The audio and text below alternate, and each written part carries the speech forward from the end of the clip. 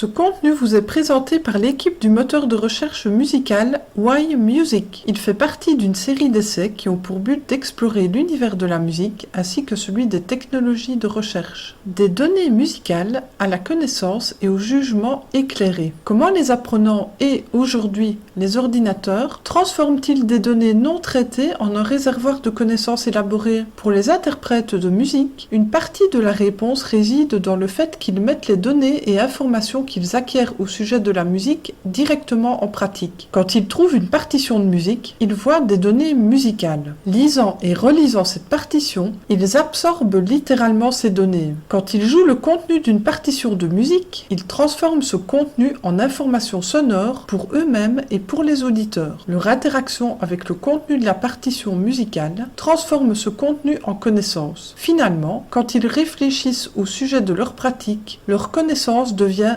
jugement éclairé, ce qui peut recouvrir ce que l'anglais désigne par le terme wisdom. C'est une espèce de sagesse. Le chemin des données à l'information et de l'information au jugement éclairé est une route qui va du passé vers le futur. En effet, une partition de musique contient des données écrites avant d'être jouées, excepté parfois par le compositeur lui-même. Dès lors, les données appartiennent au passé. Quand quelqu'un prend connaissance de ces données, elles deviennent de l'information dans le temps présent. Pour le musicien, il s'agit du temps de la pratique musicale. Cette pratique, une interaction pleine de sens, mène ce musicien au jugement éclairé, jugement qui lui permettra de réaliser des performances meilleures dans le futur. Les musicologues et les analystes musicaux, eux aussi, voyagent des données vers le jugement éclairé. Est-il utile pour eux de savoir que Georg Friedrich Händel a écrit son opéra nommé Atalante en 1736 et le suivant Faramondo en 1737? En soi, ces données ne mènent pas à une connaissance plus fine de la musique. Mais être informé du fait que les deux pièces ont été composées par le même musicien et donc à la même époque musicale, dans ce cas-ci, la période dite baroque, et qu'elles l'ont été dans un ordre spécifique, peut permettre aux spécialistes d'être conscients du rôle que ces deux compositions jouent dans des ensembles musicaux plus vastes. Les opéras d'un côté, les pièces baroques de l'autre. En conséquence, les données, dans le contexte de la manipulation des connaissances, peuvent être considérées comme des premiers indices qui invitent les knowledge workers, c'est-à-dire les travailleurs de la connaissance actifs dans le domaine de la musique, à penser plus avant et, par exemple, à établir des liens entre œuvres musicales et compositeurs de la même période, et ce, au niveau musical. Le fait de connaître est fortement lié à la connaissance, et en matière de musique, tous deux dépendent de l'intellect, mais aussi des sens, tout particulièrement de l'écoute, de la vue et du toucher en ce qui concerne la musique. Cet aspect physique de la connaissance musicale est très important et il peut être transmis par des enseignants et des interprètes dans des communautés d'étudiants et parmi des auditeurs de musique occasionnels. À travers l'expérience de la pratique et de l'écoute de musique, les futurs professionnels de l'industrie musicale et le grand public peuvent acquérir des connaissances musicales à leur niveau en fonction